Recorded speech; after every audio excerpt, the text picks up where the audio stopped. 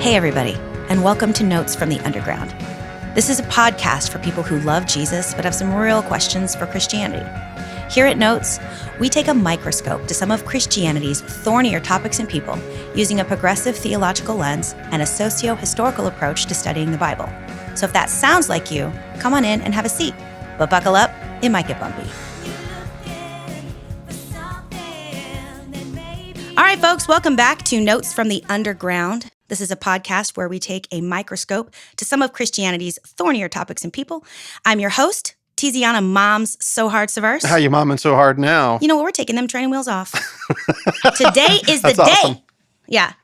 We've got in the studio with us today, Rick the Podfather Welch. Hey, I'm so glad to be here for the third one. I missed the first one, but I'm at the second and third. I'm doing good. I'm really excited about today, though. Yeah, I'm very excited about today. Super excited. Behind the glass, we have Rocket Man Andy Bishop. Cal. And joining us via Zoom is a guest I am so excited to introduce. She is the host of Ghost of a Podcast, the #1 rated podcast on Spotify for astrology and advice. She is the author of Astrology for Real Relationships and the creative mind behind Love Lanyadoo, a website where you can find information about both the podcast and the book and pretty much anything else about astrology you would like to know and how to apply it to your real life. Jessica Lanyadoo, welcome to the show. Thank you so much for having me. Just, P.S., I'm a huge fan. I hate it when podcasters have other podcasters on and do this thing where they fawn, but I can't help it. Yeah. I bought your book in 2020, and I've been listening to your show since about then and have gotten such great and wonderful advice and was well prepared for the lunar eclipse that we just had, mostly because I saw you on CNN, girl. Thank you very much. Thank you very much. How did that happen? All of it. I have no idea, honestly. I got a phone call and no, I got an email. It's 2024. There's no phones. I got an email and they asked if I wanted to do it. And I said yes. And in perfect Mercury retrograde style, PG&E, the electric company here on the West Coast, was like, hey, by the way, you're not going to have any electricity on the day that CNN wants to do a live Zoom interview with you. They still do that?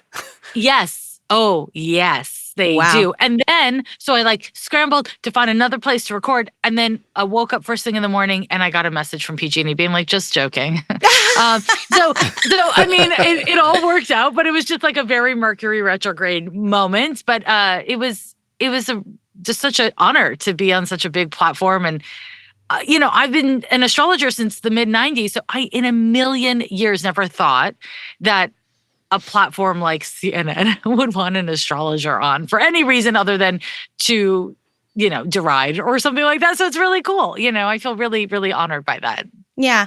Well, we're going to follow that up with having you on a Christian podcast. Yet another platform you likely never expected to find yourself on. Yeah, I have to ask the question, is there something weird that happens after an eclipse that gets you on CNN and then a Christian podcast, right? I mean, that's a very good question. That's a good one, yeah. It's not specific to the eclipse, but the way that the eclipse hit my birth chart was going to go in one of a couple directions. And so it went in the most positive direction that I wasn't expecting it. But here we are, and I am not complaining.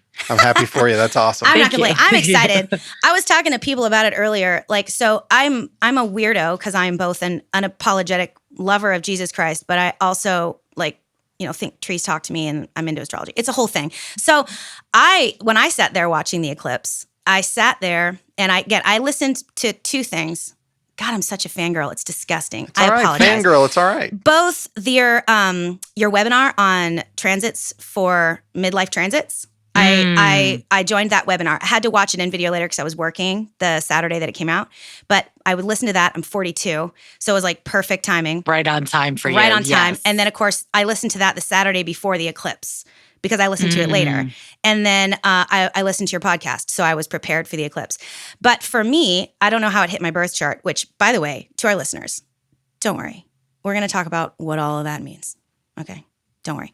But I don't know how it hit my birth chart, but I do know I was sitting there and I had this wonderful worship song that I really liked on my headphones. And I had my little eclipse sunglasses on and had my 3-year-old who refused to give a shit about the thing. She was just inside watching Paw Patrol. And so I sat there and I listened to it and I was telling him, I was like, as the moon passed over the sun, it was like God was like, there's a whole chapter of your life that you have been living up until now. and it's closing. Not in a way that's because it's because it's finished. This part is done. We don't have to go back here anymore. And then as the eclipse passed over, it was like, now there's a new chapter, a brand new chapter that's begun. And it's so fascinating because everyone else around me is falling apart emotionally right now. You know, and I've handed your podcast off to a number of people in my circle because I'm like, just listen to this. It'll help explain what's going on with you. And so, but I, for some reason, didn't have all the deep feels. I didn't have like all my old childhood stuff kind of like dredged up during the eclipse. What I had was, and now we're done with that. You did a really good job. I'm proud of you. You incorporated the information. You figured out how to deal with your childhood trauma. You put a period at the end of that sentence, and now we're starting a new paragraph. That's how it felt for me. Congratulations. That's amazing. Yeah. And congratulations. Thank you. It was fantastic. Well, thanks for your help. Thanks for your help. Which brings us to the topic that we're going to discuss today. So, Jessica, this is the third part in a 4-part series that I've been doing regarding the use of astrology for modern Christians. And just to get you up to speed, I grew up fundamentalist Christian, and I grew up with this idea that astrology was tantamount to devil worship, and that knowing what your sign was and using astrology in your life was going to, chase you straight to hell. However, I find that in conflict with a lot of Hebrew texts and a lot of texts in the Hebrew Bible and a lot of archaeological evidence from 3rd and 4th century temples that show us that the ancient Hebrews didn't really have a problem with astrology per se. What they had a problem with was what their God had a problem with was worshiping the sun, moon, and stars and treating them as if they were gods that kept the secrets of your future wrapped up to themselves, and you had to live in fear. As an astrologer, can you tell us, when did that shift in history where astrology went from being your future set in the stars, and Roman emperors used to use it to justify their reign? You had all kinds of people that tried to use astrologers and astrology to justify using their birth chart. How did it go from that, the gods said I'm this person and that I win, to you might want to think about it? So the first part of my answer is like, I am not a historian, and there are astrologers who are really historians. So I can't give you the year. I don't know. Yeah. But I can say that there's like 2 parts of how I'll respond. The first is that when computers entered into the scene, there was a major shift in who could use astrology, right? And who astrology therefore could become accessible to. Throughout time and throughout culture, astrologers were scholars. And it takes so much time to cast a birth chart. It takes so much time to cast an event chart. And when I say time, it's like a lot of math, which requires a very specific form of intelligence and very linear form of intelligence, right? So we think of astrology as this very woo-woo thing, which it is, but it's also a lot of math. And so the only people who could be astrologers were people who were they had patronage by kings and all of this sort of thing. And so they were paid to study and to be scholarly. And in the early 1900s, there's an astrologer named, oh my God, I am mortified because he is my friend, Christopher Renstrom. There's an astrologer named Christopher Renstrom who gave this really interesting talk about this and is a much better authority than I. But basically, in the early 1900s, what happened was astrology started to become marketed to women in magazines. Oh, yeah. And it is about capitalism. This is not about astrology. It's about how astrology was bent for the use of capitalism, right? And at that time, it was horoscopes were put in the back of magazines, and it was as a way to engage. Basically, it was like early clickbait. And that started to shift as we went into these like horoscope. Astrology became about horoscoping, right? That's a whole other thing. Now, another part of how I'm going to answer, and, ask me questions as they emerge, but is that Western astrology is very free will oriented because Western culture is very independent, autonomous, free will oriented. When you go to Eastern astrology, Jyotish, Vedic astrology is lots of names for it. it's not as free, it's not particularly free will oriented. And that's a different cultural context, right? And so astrology is a tool. And, just like, and I am far from an expert, I'm the opposite of an expert of Christianity, but I will say that just like one can be a Christian in any number of ways. You can be a Unitarian, you can be an evangelical Christian. I mean, there's so many different ways to follow the teaching of Christ, right? And some of it is cultural. It's the culture you were raised in. It's the culture that you identify with. And astrology is similar in that different kinds of astrologers can use the tool in different kinds of ways, right? And some of that is about the time. Some of that is about the values of the astrologer themselves, right?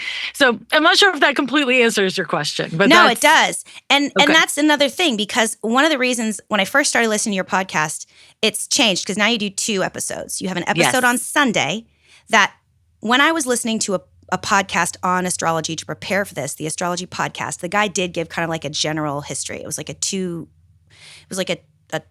long thing.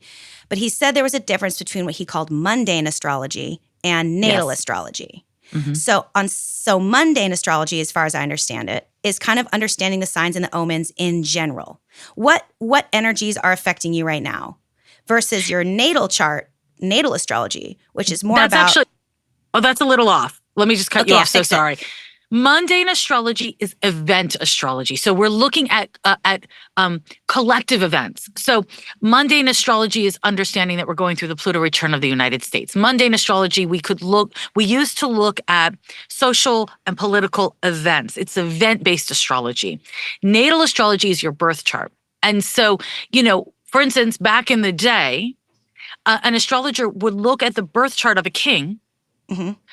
And other kings maybe, to look at what's happening socially and politically, but then they would time events. Ronald Reagan famously had an astrologer on staff, and part of, and she has a book and all this kind of stuff, but part of why he was so successful in diplomatic endeavors is because he had an astrologer on deck who was predicting when would be a good time to meet with various world leaders for diplomatic reasons. And so, this is like, from her words, this is why he was so successful. So mundane astrology is event-based astrology. Yes.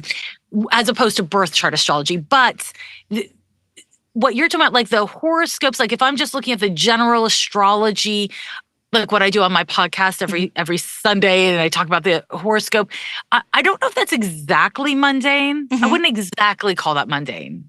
Okay. Thank you. Horoscoping. Yes. Yeah. But on Wednesdays, you talk with a person. And you go, they come to you with a question and you look at their chart. And this is one of the reasons why I think that I started listening to your podcast and started becoming curious about my own chart, is because people will come to you and they'll be like, tell me what to do, Jessica. What do the stars tell me to do? And you're like, I don't fucking know. I don't tell you what to do, because like you just said, we have free will and Western thinking, you have a free will. So what I've likened your natal chart to maybe is like, you get a weekly email from Food Lion telling you what's on special. You can choose to go buy those things and then build your meals for the week around it, and you might save money. Or you can choose to ignore that. It makes it's up one side, down the other. It doesn't really matter.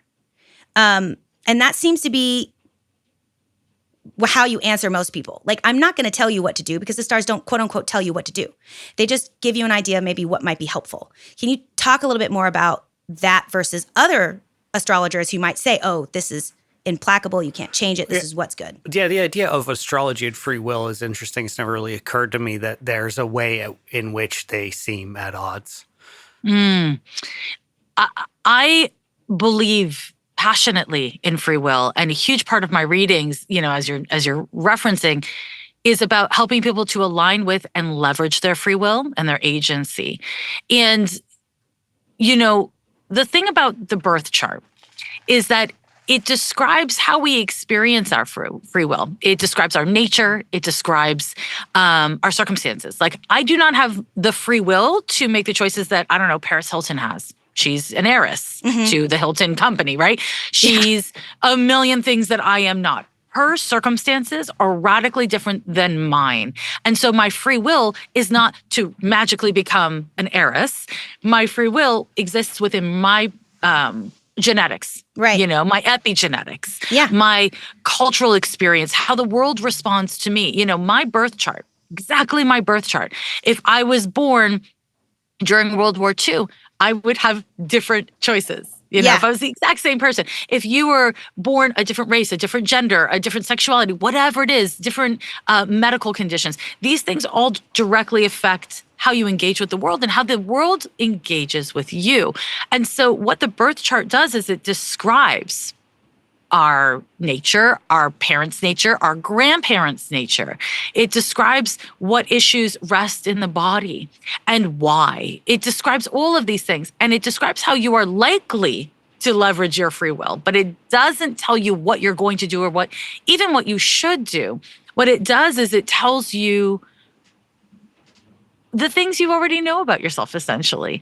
And so what we can do is use the birth chart as a resource for being healthier, making better choices, and engaging with the tides more conscientiously. So, there's astrologers who do hard prediction. Mhm. While I have done hard prediction and, all that kind of thing, within my readings, I do more forecasting. So, we all accept that the weather reporter is going to get it wrong 50% of the time. We can't actually predict the weather, but it's nice to know that it's more likely to rain today than snow, right? Like it's nice to know what the weather is. And I think that astrology really appeals to people for a lot of reasons, but one of them is because it's a great forecasting tool. It gives us a sense of how to prepare for the weather so that if you're going through, let's say, challenging Saturn transits, then you're supposed to be introspective. You're supposed to be struggling. You're supposed to be kind of in a heavy state of mind. And then you don't have to fight yourself and be like, oh God, what's wrong with me? Nothing's wrong with you. It's the season. It's the weather. Season for that thing. Correct. Yeah. Correct. Which is interesting because that's one of the things we talked about is that, in Genesis 1:1, it says that God, when he placed the lights in the sky, and I keep doing it. I'm really trying to refer to God as the third person or, plural is they, because I don't think God is embodied. But anyhow, so when they made the earth, they placed all the things in the sky for signs and for seasons. And that's one of the things we've been discussing. And so because I know, Lord of mercy, don't call me an expert either. Like I had my chart worked up when I was 36 and I've been listening to your show for 4 years. That's about the extent of my astrological experience. But oftentimes I think that what happens is because we don't understand how wide and broad astrology really is, we think we are our sun sign. I was born in August, so I'm a Leo. That's the end of it. What you just said, your Saturn transit, your Pluto transit, United States and its Pluto transit. What we also maybe are missing is this idea that certain transits that have happened and that continue to happen because the universe is ordered. And we talked about this in the last episode. The zodiac is actually a belt that travels around, and these signs and seasons, they move with regularity. And so you can say, oh, when this planet is in this spot, it's the season for feeling this type of way or moving through this type of way. So for those of us that don't know anything other than our sun sign, it's such a big question. You can tell me no, but can you give like a basic, these are what the other things are? Yeah, absolutely. Yeah. So let me, before I do that, say this. I think that a lot of times and this might be controversial, you let me know. But I think a lot of times institutionalized religion has a problem with astrology, not because it's demonic. It's not demonic. It's a tool. It's an analytic tool based on looking at this planet in relationship to the universe, the natural world. I think that a lot of times in institutionalized religion, there's this sense of a problem with astrology because of how it democratizes access to divinity.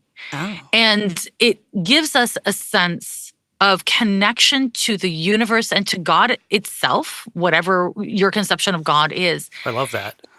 And I think that it's a way that this is why a lot of people love astrology, and in my experience as a queer person, astrology has become very popular in the last decade. But, you know, when I started my private practice in the mid 1990s, queer people have always loved astrology. And it's because for a lot of reasons, but a big one is because so many queer people have been exiled from their churches and institutions of religion, because God is not a judgmental dick, if I may say so.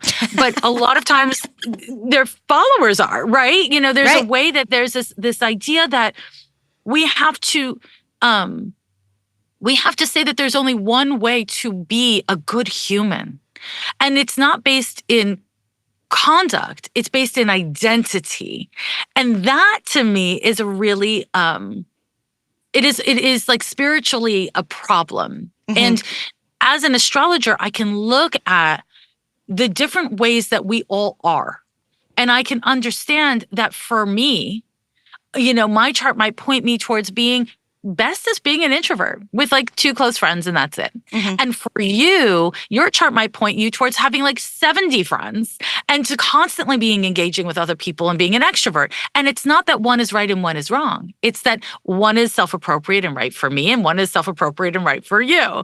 Right. And I think that having the kind of permission to be our individual selves is not good business for any corporation or institution, but it's good spiritually. So I just wanted to say that. No, I think that's great, because we talk about this show. So one of the things we talk about a lot on this show, and again, this is Notes from the Underground, where we discuss some of Christianity's thornier topics in people. I did a giant 6-part series last year on why same-sex relations in the Bible has nothing to do with a homosexual orientation.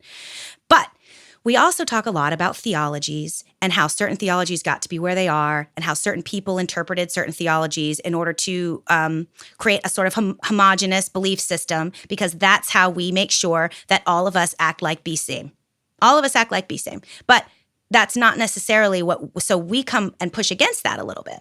And we ask bigger questions about theology, and we ask different questions about theology, because we believe, like for us, that when Jesus' whole deal was God belongs to everybody now.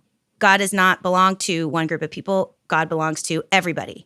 And so, you know, inclusion of all identities into that way of living is part of what we believe is important to make space for. And so, yeah, so I 100% agree and believe that institutions that want to remove your agency for the sake of control are going to also remove your personal individual connection with the divine.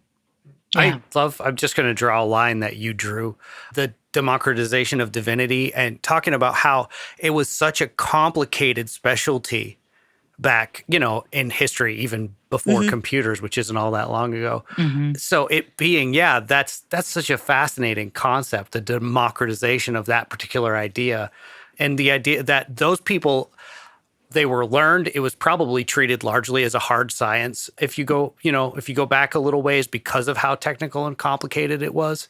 Yeah. And they retained positions of power because of that. And that's like a fascinating, that's just, I don't know. I'm just repeating you, but that's. No, but it is fascinating. I agree. And even within that, what we have to keep in mind is that the only men, exclusively men, right? The only men that got to study astrology and create the texts of astrology and make the predictions and have access to the kings, they were a very specific kind of white guy, right? Right. It's the same thing as with every other industry that is associated with power.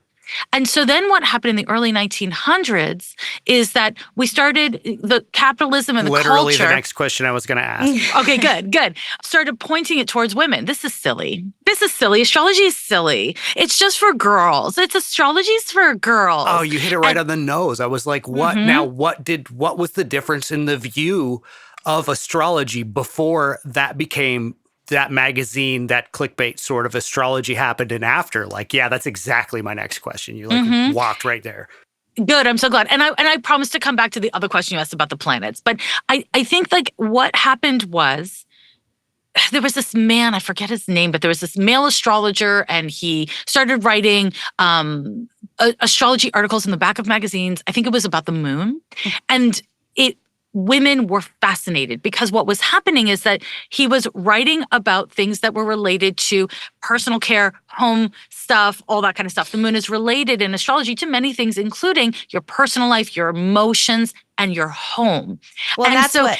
Sorry, not to. So the Yeah. first episode, we talked about the creation of the Old Farmer's Almanac and Robert B. Yes. Thomas, and how that whole section inside the Farmer's Almanac that is like, when do you cut your hair? When do you wash your windows? When do you, it's all these very domestic chores that Yeah, it tells that's you the based moon. on the astrology when you should or shouldn't do those things. Yeah. Yes. Yeah, that's the moon for you. And in fact, when I first started practicing as a professional astrologer in the early mid 1990s, I was using the Farmer's Almanac a ton. I'm a huge fan of the Almanac, and it is because it's not just a reliable resource and an institution, but it's also evidence. It is evidence that the church went out of its way at a certain point, and I don't know when because it's not my interest, but at a certain point, the church went out of its way to separate astrology from regular life, but it was never separate before, because in what way of thinking would we, let me put it this way. It takes an industrialized society to decide we are not on a planet. The planets around us mean nothing to us. Weather affects us, but weather has nothing to do with the world off planet, right? Yeah. Everything off planet is separate from us. That is hubris. To me, that is hubris. It is a misunderstanding of nature. And I am a big believer in nature. Now, listen, we're having a podcast, and I appreciate the computer. I appreciate the microphone. I appreciate the internet. But let's not pretend that the natural world isn't relevant to us. And if we can accept that a sunny day makes us feel good and a windy, snowy day makes us very cold, then why can we not accept that the effects of the planets directly impact us as well? And again, there's so many things, like I feel like I'm on like multiple tangents at once, but there are many things to say about that. But kind of coming back to the silification of astrology, when it started being marketed to women is when it started becoming silified. And this is a function of patriarchy and capitalism. It's not a function of anything else, right? So anytime something is marketed exclusively to women, it becomes silly, right? And this is where it became like, oh, girls are into astrology because they're into relationships and they're into gossip. Yeah. Boys are into fantasy football. That's serious. But Yeah. girls are into people. Well, It is so serious. and It that's is so true. serious. So serious. Because you're talking about Johannes Kepler was an incredible astronomer who was very famous and did lots of work. He was totally spending a certain amount of time trying to figure out what astrological omens were present at the time of Christ's birth. He was totally involved in what was the star and what could that have been, And I don't remember his name either, but the astrologer that predicted the Great Fire in London, Rick. Andy, You want me to Google it? somebody with a phone. I'll Google it. Yeah, so there was this guy, and again, that was like probably like late 19th century. So there was a period of time right before the space that you're talking about where astrology was being used by people to, he didn't say there's gonna be a fire. He probably was more like the signs are in such a place that we might want to keep an eye out for this kind of activity, which, Was this in 1657? Was this a long time ago, or? You know what I said? I said 19th century. I could be full of shit. Guy that predicted the Great London, astrologer that predicted the London fire. Like Nostradamus? No. It says Nostradamus No, right here. never mind. All right, we're going to chase a rabbit. We're going to chase a rabbit and waste Jessica's time. No, I'll do it later. No, it's okay. I would also say you may William want to Lilly. eventually. William Lilly. if you're- William Lilly. Thank William you. Lilly, that's right. He's sorry a about very that. famous astrologer. Yes, very famous astrologer. So also, I will just like throw in the mix. So I know this astrologer, his name is Samuel Reynolds. He was a child pastor. He's raised in the church, and he studied astrology originally to disprove it. And through this study of astrology to disprove it as a Christian, he became an astrologer. And so he might also be a really great person for you to talk to because he knows so much about Christianity. And I am Jewish. I don't know any, Yeah. I know a lot about Christianity in that I'm in a Christian world. But Sure. other than that, it's not my skill set. But he is also somebody who would know a lot more, and he's much more scholarly than I am. So, just throwing it in the mix, you might want to talk to him as well. He's not going to work with us. Sorry. Scholars. I'm just kidding. Yes. Oh, I see. Yeah. We're all armchair scholars. I walk around with half a master's in divinity from a very liberal school in Colorado, but like that's literally the extent of our education, our formal education around here. We all just like read stuff and then talk about it. No, but I'd love to have a scholar on as well too, of course. Scholar of astrology. But I love it. We're easy. But so there was this period of time then where astrology sort of, I know when it was in the Christian church, because that's our final episode, is we're going to talk about when astrology fell out of favor, when the Catholic Church sort of decided that it was evil and all this other stuff and how it kind of like pieced out. But there again, there were still people that were doing it, people like William Lilly, people like Johannes Kepler. So it wasn't like it died. It just became science. It became serious. And then it sounds like what then happened again is it became silified, right? Is that the word you used? I love that. That's because it was marketed to women. Yeah. I love that. So they again continued to find some way. And sort of like, but that's also a really interesting period of time in American history, because also like in the 1920s and 30s, Houdini was doing his thing. Like people were really into Orientalism. They were really into, seances and stuff like that. So there was also this sort of like resurgence in that period of time with curiosity about these other activities. And so it's almost like they were like, okay, well, let's make it look dumb. Let's make it look dumb. That's always the way it works. And in fact, the spiritualist church began in the early 1900s, and it was one of the only ways that a woman, and usually a white woman, but a woman could work and make her own money was through spiritualism, which was the practice of communicating with the dead, which is a whole other topic. But I have found that there is a very interesting kind of like fascination that evangelicals have with mediumship. Even though there's this belief that it is very evil, there's also this deep fascination with it. And I think that when we try to separate parts of the natural world and our connections to the natural world from the human experience, I mean, it just makes it more titillating. It doesn't make it go away. Humans will always be concerned with nature. Humans will always be concerned with death and with life. And I don't think that that's evil. I think, and this is for me a very core Jewish belief, because there's something that I'm going to grossly misquote in the Bible that's basically like, you're not supposed to believe in God. You're supposed to wrestle with God. That's a very Jewish belief. You're supposed to struggle with biblical concepts. You're supposed to really argue with God. And I am not religious, and I was not raised religious, but that is a tenet that I hold dear. Is I'm constantly, as you kind of referenced early in this conversation, I'm constantly encouraging people to interrogate their own assumptions and their own beliefs, and to be willing to engage critically with pretty much everything, because there's freedom in it. And I do personally believe that whether we're talking about divinity, God, spirit, whatever, that it lives in the moment, It doesn't live in a theoretical place. It lives in the moment. Yeah. And so being able to access the moment is really core, I think it's really a core thing. And I feel like I keep on talking about all these things, but I'm aware that I skipped over a really important question you asked me. Oh, that's okay. This is what we do. We just chase rabbits. That's how it goes. Great. And she can answer the question, but just so we all understand, the name Israel is to struggle with God. So exactly what you said. So, and I think the concept you're talking about, is it midrash? Midrash, like what all of the rabbis do is sit around and argue and try and figure things out. That's part of the story. Right. And we as Christians, I think Christians have completely forgotten that.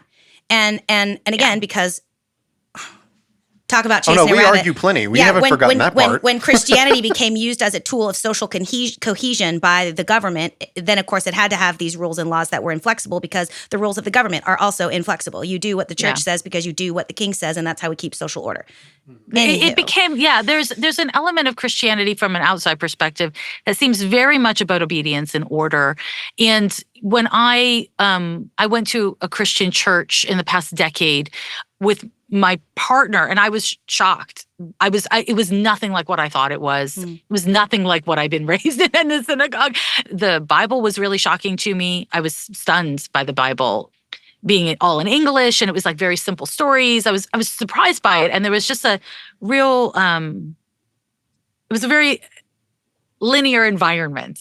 Whereas my experience being in a synagogue is like everybody's being loud, everybody's talking. It's like this very like I don't know. It's not better or worse. It just is I think a cultural piece, right? And I think it's really important when we're talking about astrology, when we're talking about Christianity, when we're talking about any religion, there's so many cultural components that become mores within that world, right? Like there's something about like the astrology girly that is like constantly talking about and questioning things. There's that cultural assumption, right? And I think that there's something about having a field where so many women are kind of like thought leaders or dominant, where there's more of a kind of a cultural agreement that we're going to question. We're going to talk and talk and talk and talk and talk and talk and talk and talk.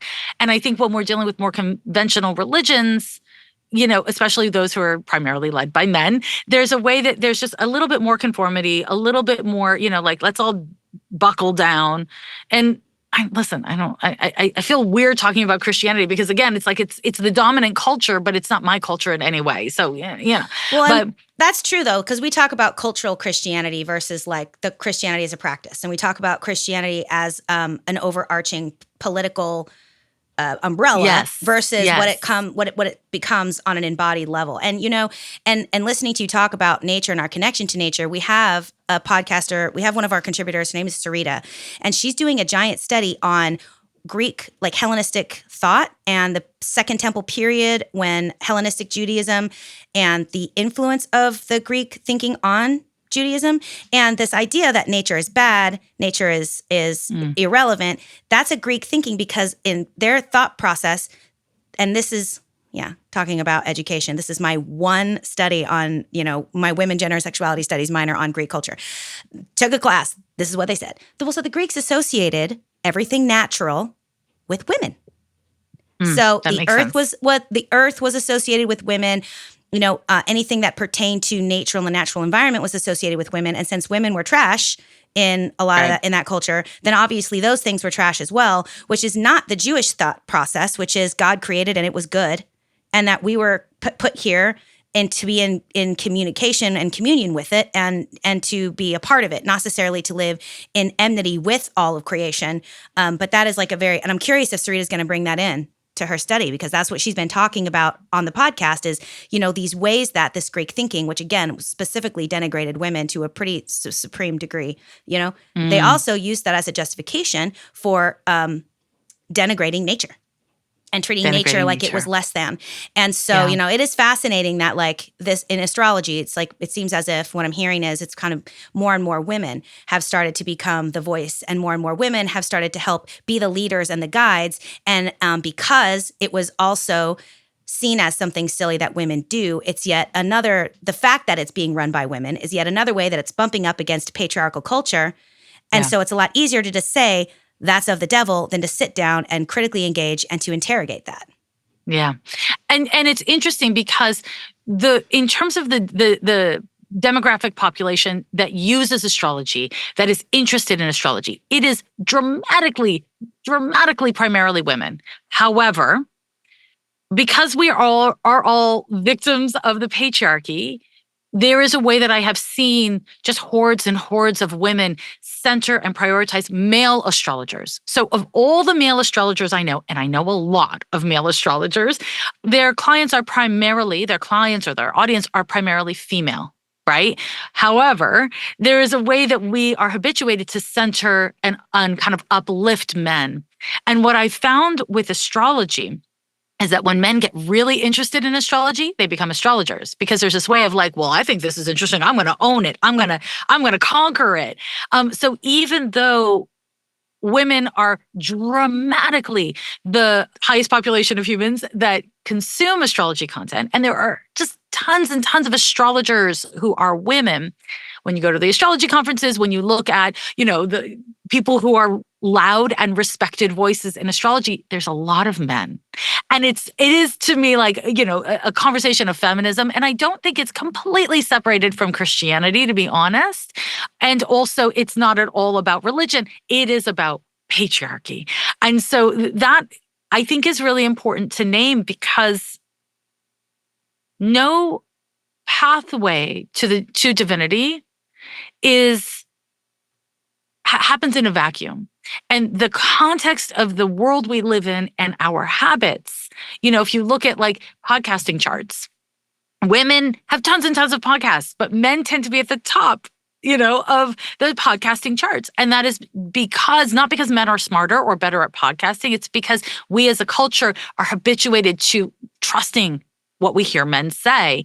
And so again, for me as an astrologer, but also as like a critical thinker and a political person, I'm constantly considering, again, the cultural context, and within the cultural context, what is fertile now? What can we investigate? Can we learn? What can we bring more to the surface now? So yeah. Anyways, that's a whole other. There's lane. something that I wanted to share is that. So I'm a business owner, and in my company, I have put women in all roles of authority. It was a first for me, and the reason why I did it was because I recognized the gifts and the talents that they actually had, and I thought this is, and I'm in a male dominated type of, we're in machining, so it's very male dominated. So when I did that, the strangest thing occurred. Everything started running smooth. Everything was on time and efficient, and all of my employees got happy.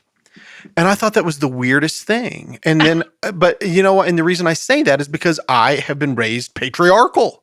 Yeah. Well, and I want to mention something about patriarchal cultures is that men lose too, right? Everybody 100%. loses in a Yes, patriarchal 100%. culture. Yes. Because when you denigrate everything that's female, you denigrate our mothers. And when you denigrate our mothers, you denigrate the thing that most men I know cherish and love the most. And so you're teaching men that the thing that you love the most is culturally unacceptable. And for men, or like is culturally less than, right? Right. Or only okay if it's in certain roles. And so I think that creates a lot of cognitive dissonance in men in general because they deeply want to love women and they want to be vulnerable the way that you are with your mother. But because culture has robbed men of their own ability, that patriarchal culture has robbed men of their own ability to be vulnerable in front of femininity in that way, men lose as well. And when it comes to, and one of these days we're going to wrap back around to what exactly your natal chart looks like. But my daughter was born premature. And she was born at 34 weeks, my oldest daughter, Aurora. And she was born, I went into labor naturally, unexpectedly, and had a baby. She was born under a full Aquarius moon. And every single woman on that floor was like, babies always get born in the full moon. Babies always get born in the full moon. So it's like, women all know that this is what this does and this is why this does. But wouldn't it be helpful if my husband would have known that too? Wouldn't it be helpful if he would have been able to, it would have maybe put his heart and mind at ease a little bit if astrology and like the way that the earth and its relationship to constellations and the planet might or might not affect the way we do things. It's sad to me that wonderful tool for understanding yourself and your own nature and your place in the world and what your gifts might be. It's sad to me that tool is being robbed of men because it's being told that because women are in charge of it, it's silly. Or if you're going to listen to it, you should really only listen to it from a man's perspective, which again is patriarchy because it robs the voice of women and puts it back in the kitchen where it belongs, quote unquote. Can I say something that might sound silly? Yeah. Okay. So in August, September of last year, I went through 4 deaths and 4 births. Oh yeah. I remember that. All within a month. And I remember asking questions.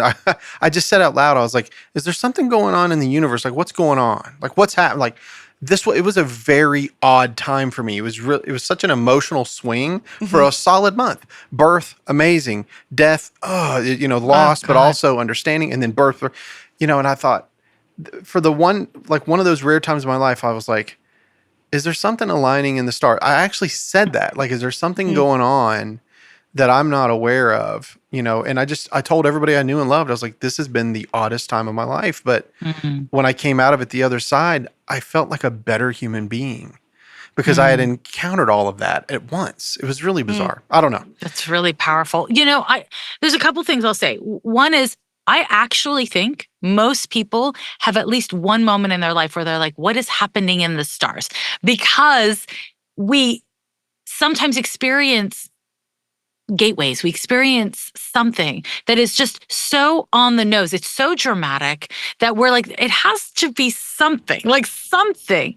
Yeah. And to what you're saying, about men, the thing that I have a lot of empathy for the struggles that men go through as a result of patriarchy is this kind of idea that it's feminine to listen to women. It's feminine to listen to your own emotions, that you're not allowed to get support and be vulnerable from, get support from the people that love you, like the women in your life, that, men are always supposed to provide, but never be provided for. There's this way that I think, again, when we turn to astrology, what we see is humans. You cannot see a gender or a sexuality in a birth chart. What you see is the nature of a human being. All the shit, if I may speak French here, all the stuff that we put onto people as men or as women, this is a human construct. And the human constructs have value. You know what I mean? They're not all bad. They're not all wrong, but it's simply a human construct. Whereas the truth is that we are all, from my perspective as an astrologer, made of the same 10 planets and the same 12 zodiac signs. And the configurations for how that can play out are limitless. How we can be different is limitless, but we are made of the same stuff, the same bones, the same tendons, the same fascia. We are made of the same stuff. And this, again, coming back to this idea of democratizing, right? Divinity, democratizing our understanding of the human condition and making room for all of us to be tender and vulnerable and to want to understand other people and ourselves better, to connect better, not just to be ambitious. That's, of course, important. But I think to have vulnerability, to experience grief, these things are all shown in the birth chart. And we can kind of go into the planets, shortly. But like these things are all in the birth chart, and being able to encourage women to be autonomous and individual and to be ambitious and to be clear-headed about our own paths and our own ambitions, whether they are to have kids or not, to have a career or not, and to be able to encourage men to have rich inner lives so that they can experience their emotions and be vulnerable with the people who care about them. These things are shown in the birth chart. They're shown in astrology. Now, a different astrologer might see this differently, because astrology is simply a tool. And so one can be a Christian and then practice a Christian form of astrology. One can be super woo-woo and practice a super new agey form of astrology, right? I have very strong humanistic values and, harm reductionist values and all this kind of stuff. And I apply that to the tool of astrology. So I think these things are all really fascinating. And I'm really glad to be talking about all of this stuff with you guys. Yeah. Well, and Rick, probably, if Jessica had your time and date of birth, and had that information, she could likely look at your birth chart and then look at what was happening in August of last year and say, oh, this planet was doing this thing here. And these kinds of things tend to happen when these planets are in this space. Yeah. So this is probably what you were going through. And I love what you just said, that the birth chart doesn't tell you gender. It just tells you. Yes. And whether or not you want to have kids, would be a good parent, whether you would enjoy kids, whether you would enjoy a job that's at home at a desk, or whether or not you would enjoy a job that's more in front of people. It's not about what your gender would tell you can Correct. Or can't do. It's about when you were born. Like, I strongly believe this. When my daughter was born, it's because that's when God wanted her to be born. My daughter was born when God wanted her to be born. And what I believe is God, Aurora and God together were like, ooh, that full Aquarius moon with my Leo sun is going to make me a person really interested in social justice and in making sure that everybody has access. And because I am her mother, God was like, I'm going to give this baby to this person because I think that this person is going to be able to cultivate those two things. I think and I believe that Aurora and God together chose for her to come under that full Aquarius moon on August 2nd, 6 weeks. She was supposed to be a Virgo. And the minute I was pregnant with her, I was like, nope, she's a Leo and she's a girl. I just know. And everybody was like, your first one's never early. And I was like, I know, but she's going to be. And then here she came. I don't separate that from God. And I've said this before, whether or not God magics a chocolate chip cookie into being, or whether or not God gets flour and chocolate chips and eggs and milk and then inspires another person to build a chocolate chip cookie, I think God still built it. And if God, we're talking about God ordered the heavens, then God ordained the moment of your birth, then God gave you a personality chart and was like, if you are curious about understanding the way I made you a little bit more, you might want to look into this. Yeah. Why not use a tool? This is exactly it. To me, it's like, why would we not use tools that are available now to I'm us? curious, too, what you were going through last August. I wish I'm not an astrologer because I am not good at math. That is not my I forte. can take a peek.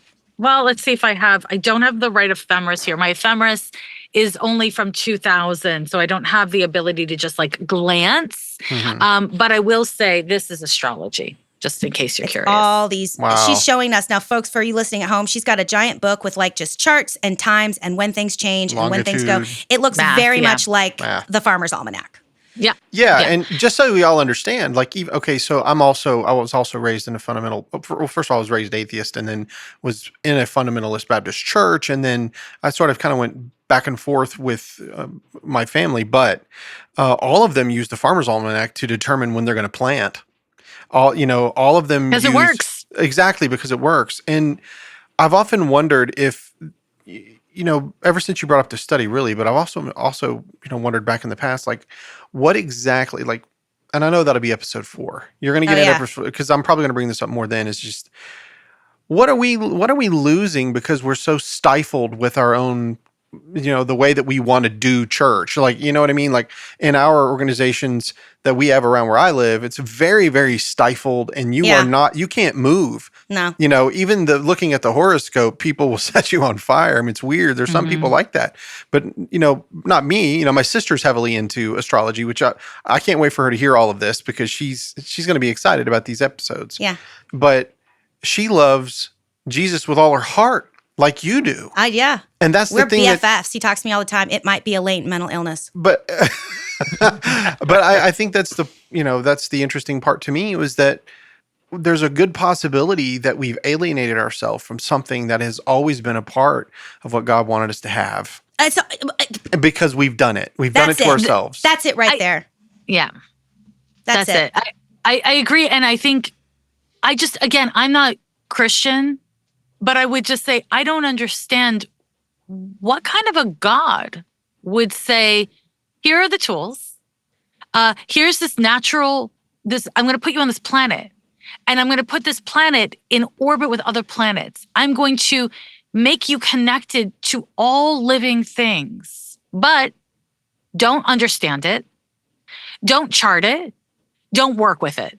Right. To what end? Like, to what end? I don't understand the point. And again, it is not just like, so I won't get too controversial here, but like, this is in the context of the age of Christianity, it is pretty new that Christians are like, oh, astrology is the devil. That is not a very old phenomenon that in the context of Christianity. Yeah. And I think it's very interesting to me how quickly, a generation can just turn around and be like, well, this is evil, or this is not evil, you know? And it, again, to me, it's like, it requires stepping out of groupthink and doing some research and not research, not being Googling, research being research, and, and learning. And I think, a lot of people just don't want to learn about this stuff. And to that, I say, that's fine.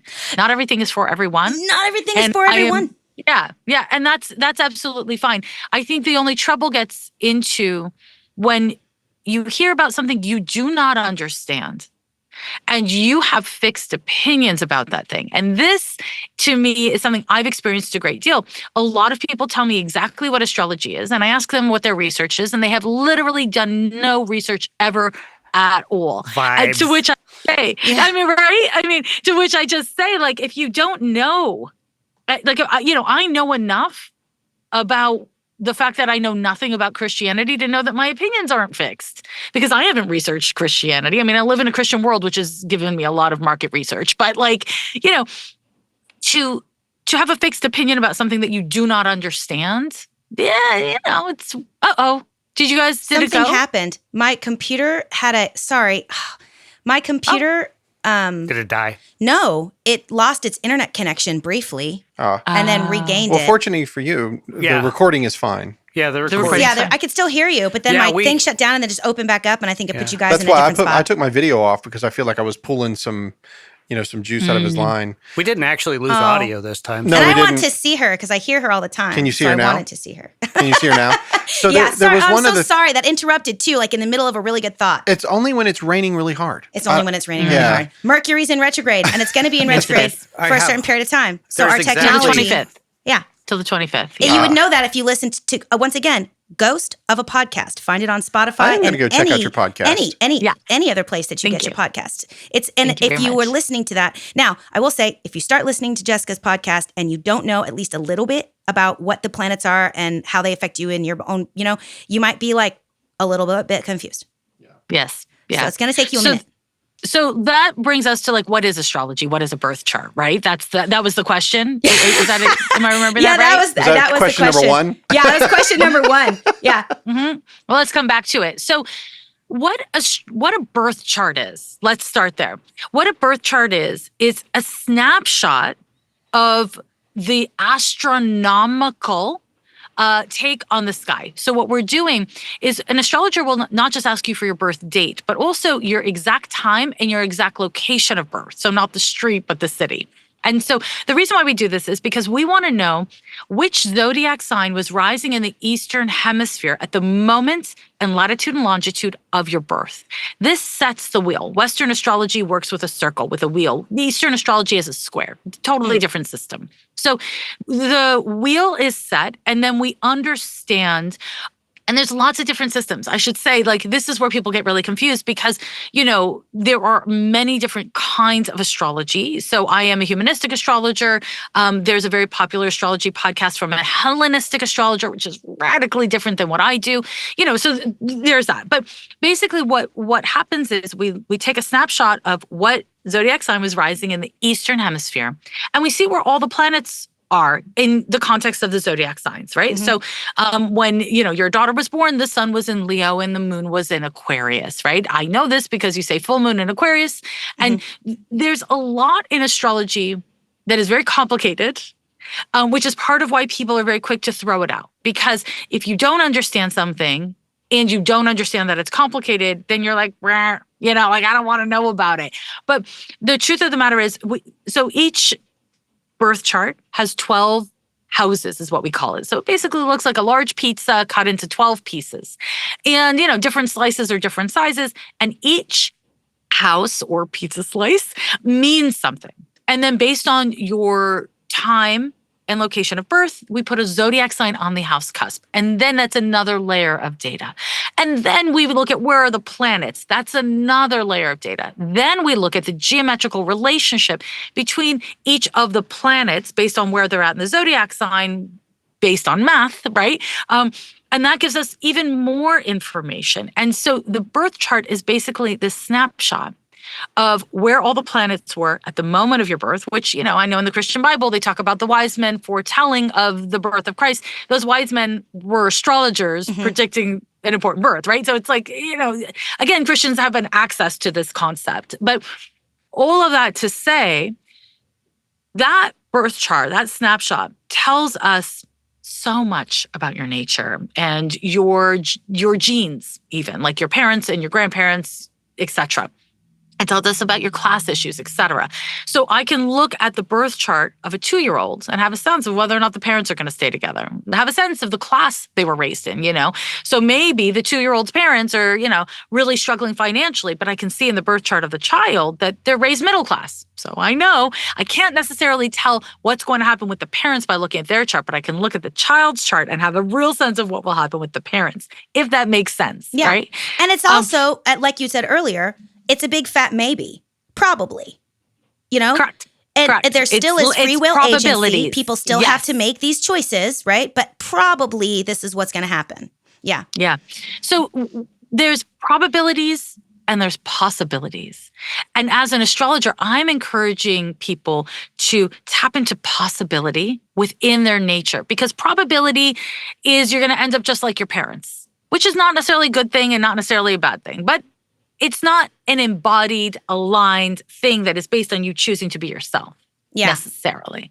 And so this is where we tap into possibility, right? So that said, the planets are still actively moving through the zodiac signs. They're still moving through the world. And so the geometric relationship between the planets in the sky and the planets in your birth chart governs something called transits. And transits, basically what it sounds like, they're transitory experiences that describe what we're going through, how long it's going to last, and why. And how long it's going to last is based on math. It's for as long as the planets frozen in time in your birth chart and the planets moving through the sky are in like mathematical relationship. We use a certain orb of influence. Because everything moves. So it'd be curious, Rick, what transits were occurring for you last August. Yeah. So we take the snapshot of where everything was when you were born and then ask, where are all those planets now since they've been moving? And how do those movements potentially affect what you're going through? Interesting. Yep, that's it. Yeah. It is really, it's an incredibly validating, interesting, and it's just an affirming experience to work with real astrology. And here's where I say real astrology because, I write a weekly horoscope on my website. It's the way I describe horoscopes is that it's food, but it's cotton candy. It's carnival food. You know what I mean? It's delicious. You will want it. Is it essentially good for you? Only in very small bits, right? So when we use astrology substantively, that means you are consulting with somebody based on your birth chart, and that person is experienced and educated, right? Just like with anything else, like pop psychology. Yeah, it's great. I see memes that have really interesting quotes, and they're like, oh my God, that helps me, but it's not the same as seeing a psychologist weekly, right? Yeah. It's important that we have with astrology common sense. And I think a lot of times people throw away common sense when it comes to spirituality and religion in general, right? And so I am, constantly encouraging people to have common sense. But if you are like, okay, I want to hear Ghost of a Podcast, I would say start with the midweek episodes, the readings, because then you don't really need a background in astrology. The horoscopes can be a little in the weeds for somebody who's like never messed with astrology before, I think. I don't know how you feel about that, but. Yeah, that's what I was saying. Like, I've had to have a little bit of experience. I've had to listen a lot. I've had to read some things. I've had to take one of your webinars that you also offer if you are curious to learn more. She offers webinars that you can go take. And so, I've had to take some of your webinars, and that's how I've kind of like, I have so many questions, because it's with astrology, it's one of those things, the more you know, the more you want to know, because the more you know, the more you realize we were raised, your sun sign is Leo. The newspaper is giving you your horoscope for the week. The more you realize that, like what you just said, that's cotton candy. It might taste good, but it's not really substantive. The more you realize that we've been basing our entire concept of a giant thing on cotton candy. On cotton candy. Then and I'll say, and a patriarchal society that's sillified. Yeah. Correct. And the reason why sun sign astrology is so popular. So on one hand, the sun in astrology is related to the identity and the will and the sense of self. So it makes sense that astrology, if it's boiled down to one thing, it's boiled down to the sun. But there's another really important reason. Because the sun never retrogrades, it never appears to move backwards, whereas everything but the sun and moon do retrograde. And it moves 1 degree per day. So we can generalize based on the sun in a way that we cannot with any other planet. So again, we're back to capitalism.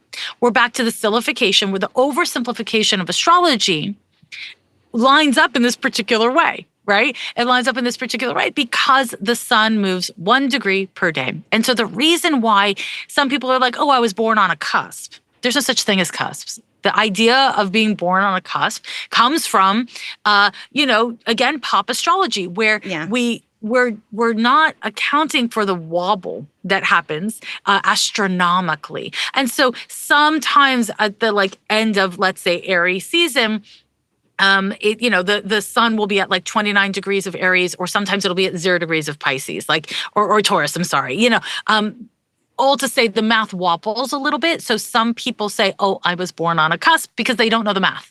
That's all, because they don't know the math. Right. Yeah. Yeah. It can't be we did a study on the birth of Christ, and we talked about a lot of astrological signs, the things that the Bible says that these things were put in the sky for you as signs and seasons. But it can't be coincidental that there were 12 tribes of Israel and 12 disciples, and how Christ is the Lamb of God, or the Ram. He's the Ram of God. And then you have the Virgo, which is the Virgin, and you have Leo, which is the Lion of the tribe of Judah. And like for all of us, like in Christianity, there's enough information within the zodiac that you can actually see. Even Gemini, what is, remember, Thomas is called Didymus, which is the twin. You ever notice that? No, but that's funny. So there's all kinds of I've things. heard this too. I've heard this a lot, that like all of these things are based on the zodiac, which we already read. And Jessica, we read in Job in the last episode, Job 38, that God, when God is speaking to Job, God says, do you lead the bear by the leash? Do you move the Mazzaroth in their seasons? And when we translate that word Mazzaroth, non-Jewish Hebrew speakers will translate it as constellations, but in the Hebrew translate, like people who actually speak Hebrew, translate it as the zodiac. God moves the zodiac in its season. And so like for me, practical applications, right? Because we're talking about theories, practical application. If I did cotton candy astrology, I'm a Leo, my husband is a Virgo, not the best match. If I did cotton candy astrology. And maybe I wouldn't have married him if I A, didn't have a word from God that he was the one, or B, have the ability to critically think about astrology. On a deeper level, we both have the moon in Taurus, and we both have our Virgos in Libra. So when it comes to our egos, do we fight and clash a lot? Yeah, we do. But when it comes to our emotional well-being and the way that we love one another, because Venus is, explain that real quick for people. So Venus is the planet that we look to understand our values and practices around our finances, our values and practices in general. It's romance and sensuality and how we get along. But having the moon in the same sign means you live well together. It means that there's a way that you have compatible or similar. I mean, sometimes being the same does not work out, but sometimes it works out really well, right? Like it depends on the month or the day. But having both of you having moon, you said moon in Taurus and Venus in Virgo. Yep. It just means that Venus in Libra. Venus both of us Libra. have the Venus Libra, and both of us have the moon in Taurus. I mean, it's just going to give you the ability to get along well. And it's going to have, because this is the thing. There's not one way of getting along. There's not one way of having a healthy and a happy marriage. It's about having something that is compatible. Not right. We need to get rid of the words right and wrong. It's about compatibility and healthiness. And it's about like, we're all going to be challenged by our partners, for those of us who partner or get married. But the question is, are the challenges in the relationship helping us to grow and to be more whole and aligned people? Whether that means to have a more direct relationship to God or not. Personally, I reject the idea that one gender has to be obedient. I believe that is complete trash. Absolutely. Obedience is really meant to keep us safe. And the idea that women can't self-determine and determine what is safety, or that men are always a reliable, source of safety. I mean, none of that makes any sense to me. I'm laughing because my wife owns a gun and I don't, I mean, that's real, right? And also, I was on TikTok this morning and I saw this, like, had like 1 million likes on it, but there was this like guy on the street thing and he interviewed a bunch of women. You have to be alone in the woods with a man or a bear. What would you choose? And most of the women chose bear. And the reason why is because the reality of the world we live in today and historically is that the most likely way that women are going to be victims of violence is through men. They're not the ones who keep us safe. Yeah, they're the ones that harm us. And that is a historical truth and a present one. And that doesn't mean it's the only truth, but it is a truth. And to pretend out of desire to be spiritual, that is not something that women have to deal with, to me is like, that's not respect of God. That is asking us to pretend that reality isn't real. And I'm not a fan of that personally. Right. Which is one of those things too, like when it comes to, astrology, no matter what the stars are saying, nothing is going to supersede your individual personal experience. And so whatever signs Dylan and I are, he's the one, and I know he's the one. I use astrology to retroactively go, oh, that's why you said that, God. Mhm. But I allowed to my own contextualize spirit, it. to contextualize it. And that's the thing, like, that is exactly right. It's contextual, and it can help us when we look at our own birth charts and spend more time trying to deeply understand our individual natures. It can actually help us see the ways that we've allowed that gender or class or race have participated in moving us in directions that maybe we don't actually want to go. And sometimes that birth chart and knowing that birth chart can give you the freedom to walk away. I'm Yeah. so sorry to interrupt. I just want to make sure you don't have any other obligations or anything. Oh yeah, right? we've been talking for like an hour and 15 minutes. Yeah. So I Oh just, shit. Like I'm okay to go a little bit longer. yeah. Sorry, I don't mean to like do that, No, but I just want to you're- make no, sure no, we you're weren't good. holding you. Find your. Let me look at my next. No, I have time. I'm okay right now. Thank you for checking, though. I appreciate it because I Yeah. wasn't paying attention to the clock at all. I'm all in. So Good. Yeah. yeah. This is so much fun. I Yeah. couldn't sleep last night. It's so stupid, but because I've been listening to you for so long and like taking your webinars and reading your books, like I couldn't sleep. I got a sty. I think I made Oh, myself have a sty. no. My husband was Oh, I'm like, so sorry that happened. no, it's okay. But that's just me. That's my problem. Well, it's interesting that Why you did say you that do because that to Tiziana? Yeah, right. I know Yeah. that was so rude of me. It's interesting that you say that because something that I was just thinking based on what you were saying before, but you rammed it home here, is about medical astrology. Now, medical astrology is a very specified field. You will not hear me talk about it too much on my podcast because every time I talk about it, even the tiniest bit, I get flooded with medical questions. And it is a very advanced field, and I don't want to popularize it because people do not study astrology substantially enough for me to want to just teach it to the general public. Now, that said, when we're talking about using astrology to contextualize, one of the things that I really like, because I am a medical astrologer, is understanding that these bodies, this mortal coil, the only thing you're guaranteed is it'll die. This body will not last. It's not meant to last. The soul, I believe, everlasting, but the body, for sure, it's finite. And so understanding astrology is also a tool for learning about our physiology. And, again, medical astrology historically was used a lot, not as much in modern world, but being able to understand the spiritual kind of value that we can derive from our pain and from the ways in which our bodies break down, because we will all have our bodies break down unless we're pulled out of this life spontaneously, right? Yeah. And even still, we may. And I think, again, a lot of times religion can kind of demonize disability and demonize illness. And the truth is, everybody breaks. Everybody gets sick. And sometimes it's through somaticization, like you're talking about, like I got a sty, I was so in my head, I gave myself a sty, but a lot of times it's simply like that is the journey of the body. And it is also part of what connects us to our genes, right? So the ways in which your parents and your grandparents and your great-grandparents ate, their access to medical care, the way that we genetically hold trauma, all of these things, they root in our physiology and they root in our psychology.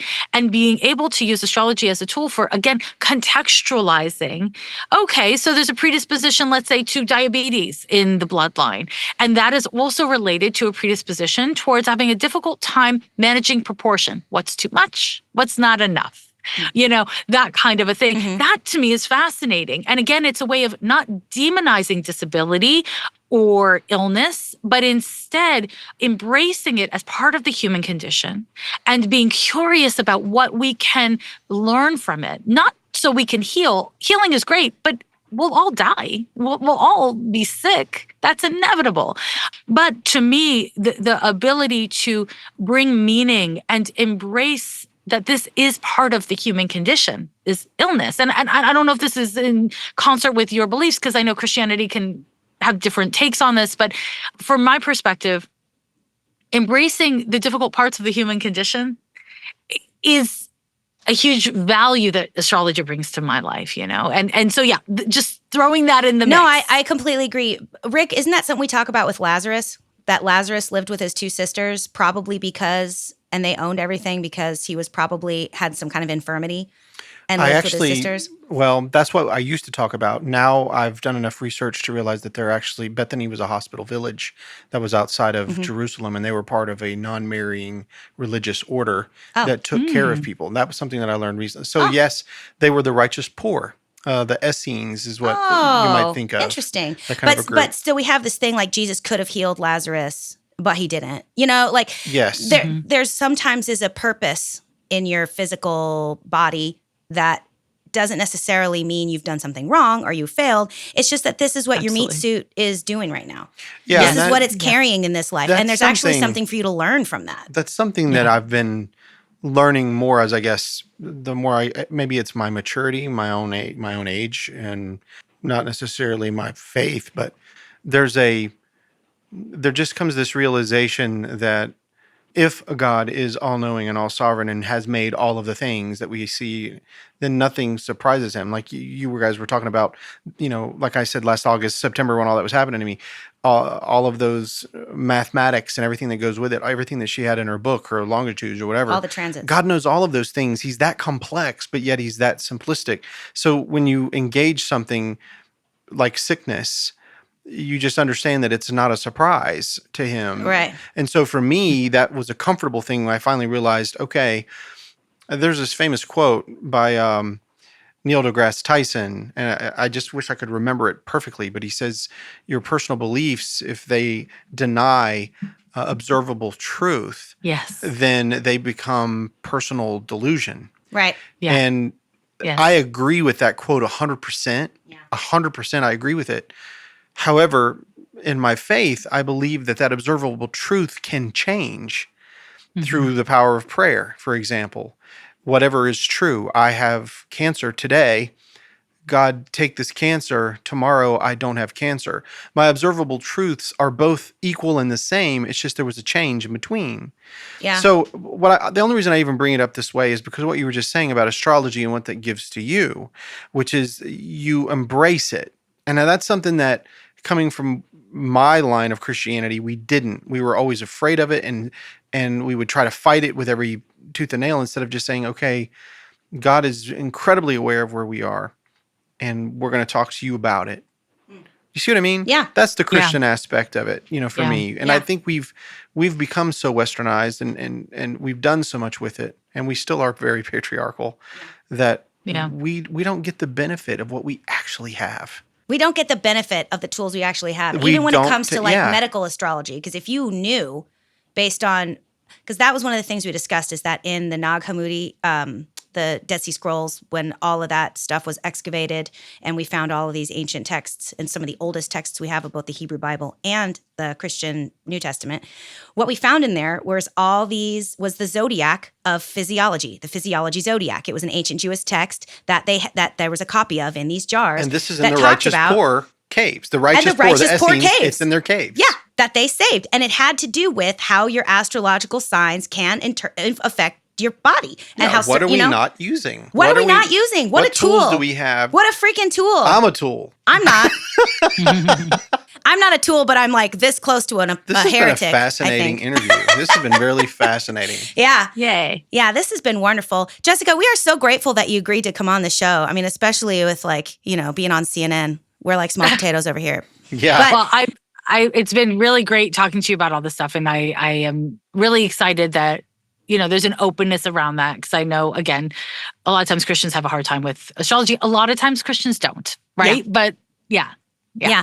Well, we're just here to sort of like shed some light on what is factual and what is evidence-based and what is created by us culturally later on. And then you can make a choice. And again, if you've listened to this podcast, we've got a fourth one coming out about the history of how astrology became so maligned by the Christian and Catholic Church. We're going to do that one next. But if you have heard anything in this podcast that makes you more curious about astrology, go for it. If you have heard nothing in this podcast that makes you want to change your beliefs, that's okay too. Yeah. Absolutely. Listen, some people are vegetarians and some people aren't, and that's cool. Whatever works for you, You're a unique snowflake. But I just want you all to notice that our guest, every time she began to talk about our faith, she was incredibly kind, and she said, I don't want to offend.